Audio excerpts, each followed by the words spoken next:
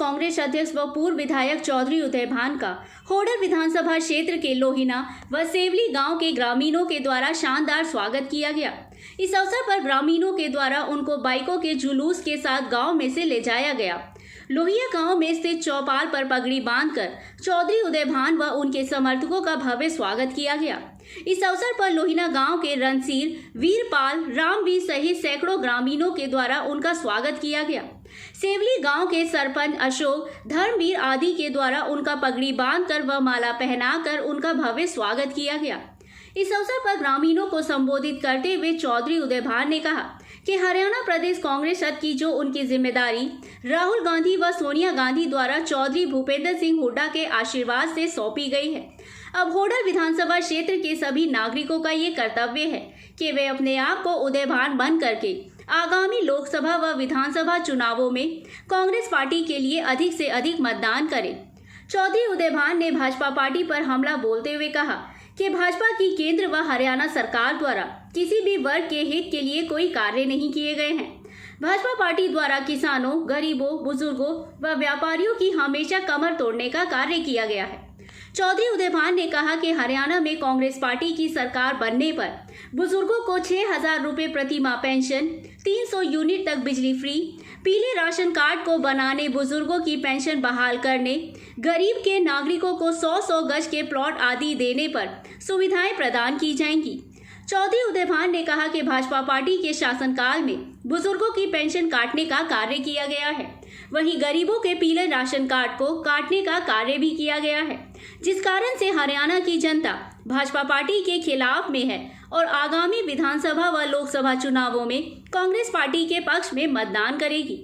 उन्होंने ग्रामीणों का आभार करते हुए कहा कि वे कांग्रेस पार्टी के पक्ष में अधिक से अधिक मतदान करें ताकि हरियाणा व केंद्र में कांग्रेस पार्टी की सरकार आने पर समाज के सभी नागरिकों के हित में कार्य किए जा सके। होडल से हुकुम गोला की रिपोर्ट।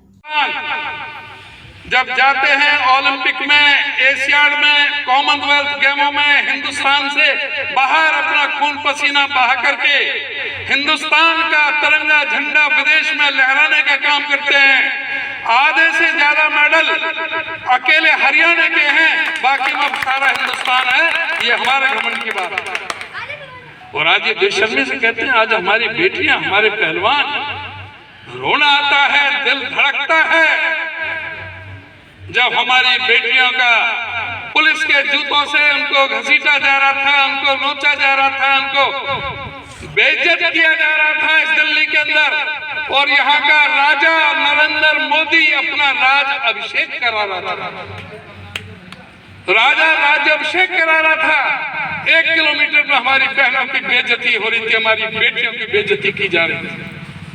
आपको ध्यान करोगे, जिस समय महाभारत का काल था, द्रौपदी का चीरहरण हो रहा था, धृतराष्ट्र और उसके जो बड़े बड़े योद्धा बैठे देख रहे थे, वही सीन था। धृतराष्ट्र अपना राज्य अभिषेक करा रहा था और हमारी बहन बेटियों के किस तरह से उनको अपमानित किया जा रहा था। और इतना बड़ा गुंडा बदमाश, जिसपे 40 मुकदमे, जिसपे टाडा के आतंकवाद के मुकदमे, मर्डर के मुकदमे, 307 के मुकदमे, और वो हरामजादा बदमाश ये कहता है कि हरियाणा के एक प्रदेश की है, एक जाति की है।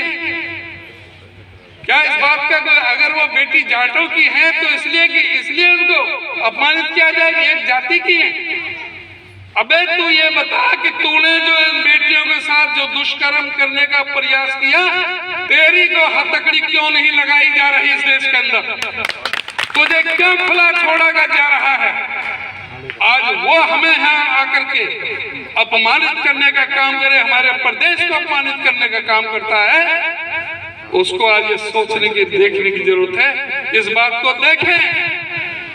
आज पूछ रहा है देश की सतपाल मलिक ने पुलवामा में इनको जो बेनकाब करने का काम किया, वो देवेंद्र सिंह डीएसपी कहाँ है? वो देवेंद्र सिंह डीएसपी जो 2 आतंकवादियों के साथ पकड़ा गया था, जिसको नरेंद्र मोदी के लेफ्टिनेंट जनरल मनोज सिन्हा, जम्मू कश्मीर के लेफ्टिनेंट गवर्नर ने चिट्ठी लिख करके वहां के डीजीपी को ये कहा कि डीएसपी देवेंद्र को कुछ नहीं पूछना, कुछ नहीं कहना। आखिर क्यों? जो एक आतंकवादियों के साथ पकड़ा गया, दो आतंकवादियों के साथ, जिसकी ड्यूटी थी पुलवामा में जब वो 40 शहीद हुए थे, उसी की ड्यूटी थी, उसी की ड्यूटी में वो शहीद हुए थे। उसको किस तरह से इस सरकार ने, नरेंद्र मोदी ने क्यों छोड़ा हुआ है, इस बात का कौन पता करेगा? क्या पता नहीं चलना चाहिए कि पुलवामा का सच क्या है? क्या ये नहीं पता चलना चाहिए जनता को कि पुलवामा में क्या हुआ था? उसके लिए दोषी कौन था? 4 साल हो गए पुलवामा को, 4 साल में क्या हुआ, क्या ये नहीं पता लगना चाहिए? क्या ये पता नहीं लगना चाहिए कि नरेंद्र मोदी ने पठानकोट के अंदर जो खुफिया जो पुलिस, उनकी जो फौज है, ISI को, पाकिस्तान की को क्यों बुलाया था? ये क्या साजिश है? इन सब चीजों पर जवाब देना पड़ेगा, जवाब जनता लेगी। ये आप लोगों को ये सोचना पड़ेगा।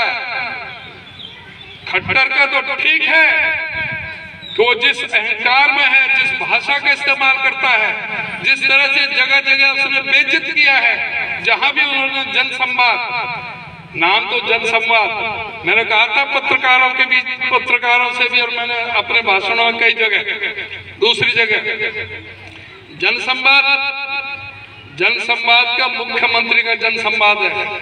मुख्यमंत्री एक जाति का नहीं होता, एक बिरादरी का नहीं होता, एक पार्टी का नहीं होता। मुख्यमंत्री हरियाणा प्रदेश की जनता का होता है।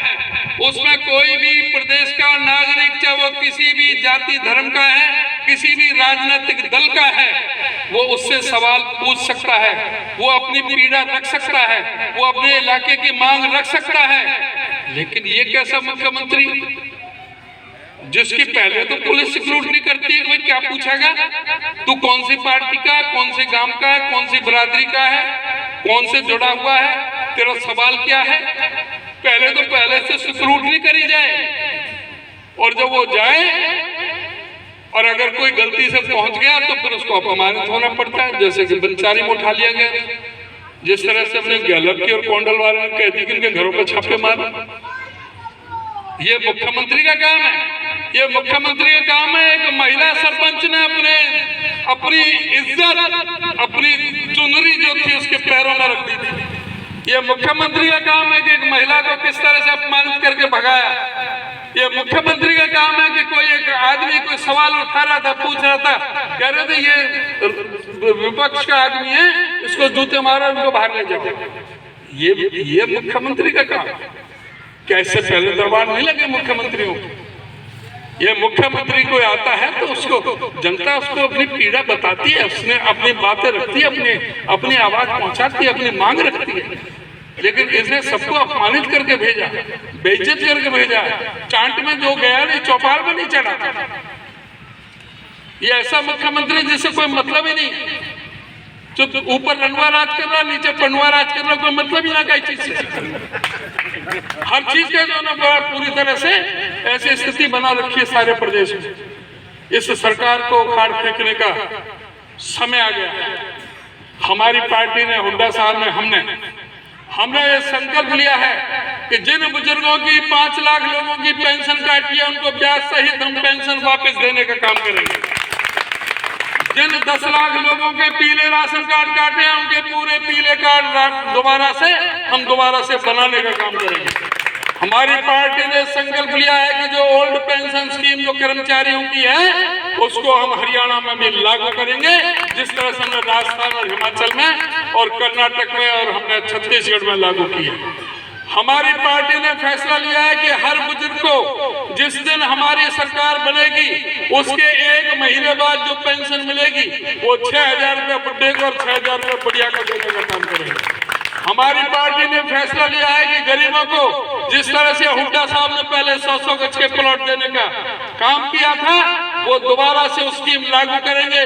दोबारा से उस प्रदेश में 100 गज के प्लॉट गरीबों को दिए जाएंगे और उसमें 2 कमरे का मकान, लेटरिन, बाथरूम और किचन बना करके बिजली और पानी का कनेक्शन देने करके हम काम करने का काम करेंगे। हमारी पार्टी ने फैसला लिया है कि प्रत्येक आदमी का 300 यूनिट तक बिजली। इसका मतलब समझ रहे हो? कि जिसके घर में एसी नहीं है उसके यहाँ पे बिजली 24 घंटे आवेगी, बिल का पे एक नया पैसा भी नहीं आवेगा। 80% गांव में 80% गांव के बिजली के बिल पूरी तरह से माफ कर दिए जाएंगे। हमारी पार्टी ने फैसला लिया है कि किसी भी किसान की फसल एमएसपी से कम अगर कोई व्यापारी खरीदेगा तो उस व्यापारी के खिलाफ कार्रवाई की जाएगी। किसी भी किसान की फसल एमएसपी से कम नहीं बेचने दी जाएगी। तो इस तरह के जो है हमारे जो एससी-बीसी बैकलॉग है नौकरियों को भरने का, इस जो पोर्टल जो है इसको बंद करने का, और जो सरपंचों को भी इन्होंने छोड़ा नहीं, उनकी भी पिटाई करी है सरकार ने, आपको पता।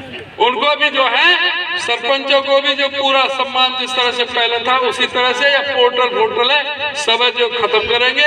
ये कौशल विकास निगम को खत्म करेंगे और पूरी तरह से जो पहली व्यवस्था थी उसी को हम लागू करेंगे।